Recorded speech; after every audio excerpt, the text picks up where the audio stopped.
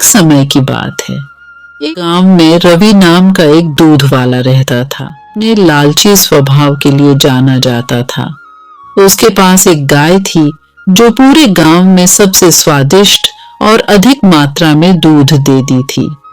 हर सुबह वह दूध निकालता और गांव के लोगों तक पहुंचाता था।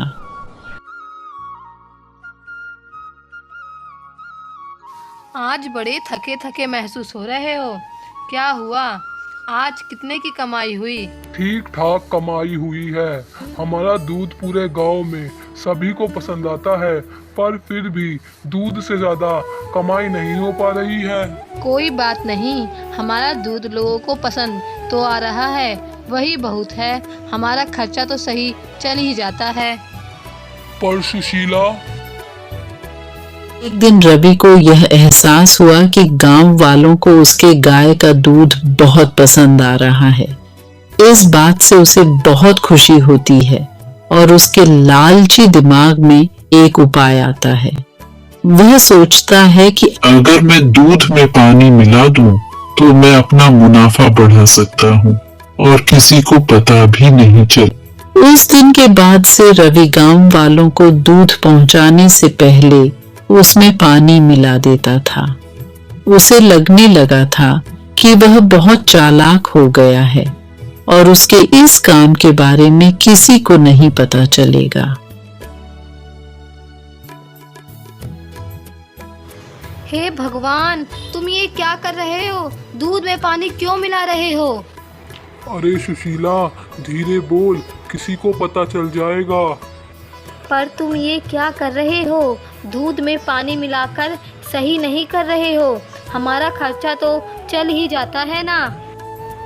अरे अब दीपावली आ रही है, खर्चा नहीं होगा क्या? तेरे लिए साड़ी लानी है और बिमला बहन भी दिवाली पर आने वाली है। खर्चा कितना होगा? इतनी कमाई से क्या ही होता है। परंतु इससे तुम्हारे धंधे को हानि होगी। लोग मिलावट को पहचान लेंगे। मेरे लिए 100 रुपए की साड़ी ले आना, परंतु मिलावट करना पाप है। ईमानदारी की एक रोटी भी भली है। तू चुप कर सुशीला, तुझे कुछ नहीं पता। मुझे अपना काम करने दे। फिर भी गांव वालों को दूध के स्वाद में बदलाव नजर आता है, क्योंकि उसका स्वाद अब पहले जैसा नहीं था। जल्द ही रवि के दूध में पानी मिलाने की खबर पूरे गांव में फैल जाती है। लोग शिकायत करने लगते हैं और उसके दूध का बहिष्कार करते हैं। लोगों को बहुत गुस्सा आता है, क्योंकि उन्हें लगता है कि उन्होंने जिस पर भरोसा किया उसी ने उनके साथ धोखा किया है। अरे भैया, रामदास का दूध अब सही नहीं लगता है। सही कह रहे हो, दूध कम पानी लगता है। इससे दूध लेने से अच्छा तो पानी पी लो। रवि के गलत काम की वजह से उसका धंधा नीचे गिरने लगता है। ती का एहसास होता है, लेकिन अब बहुत देर हो चुकी थी। उसकी गांव वालों की नजर में जो इज्जत थी वह खत्म हो चुकी थी। गांव वाले अब उस पर भरोसा नहीं कर सकते थे और उसका दूध लेने से मना करने लगे।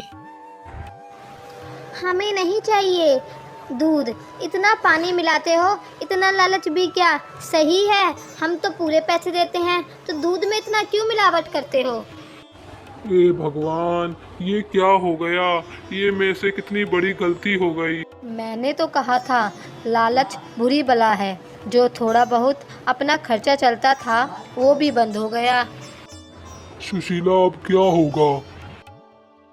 तुम हार मत मानो, फिर से ईमानदारी से अपना धंधा चालू करो, वो धीरे धीरे चल ही जाएगा।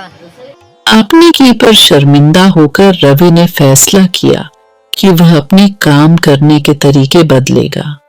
उसने कसम खा ली कि वह एक ईमानदार व्यापारी बनेगा और गांव वालों का भरोसा वापस जीतेगा। रवि ने फिर से गांव वालों को शुद्ध और बिना मिलावट के दूध देना शुरू कर दिया। धीरे धीरे गांव वालों को रवि के काम करने के तरीके में बदलाव नजर आया और उसकी तारीफ करने लगे। उन्होंने उसे माफ कर दिया और फिर से उससे दूध लेना शुरू कर दिया। रवि ने ईमानदारी के महत्व और लालच के परिणामों के बारे में एक जरूरी सबक सीखा। उस दिन के बाद से रवि एक ईमानदार दूध वाले के नाम से जाना जाने लगा। उसे उसकी खोई हुई इज्जत और गांव वालों का भरोसा वापस मिल गया। उसका धंधा फिर से चलने लगा। उसे समझ आ गया कि असली सफलता ईमानदार होने और ईमानदारी से दूसरों की सेवा करने से आती है। लालच से अस्थायी लाभ हो सकता है, लेकिन यह अंततः भरोसे को खत्म कर देता है। हालांकि ईमानदारी और निष्ठा लंबे समय तक चलने वाली सफलता और सम्मान की कुंजी है।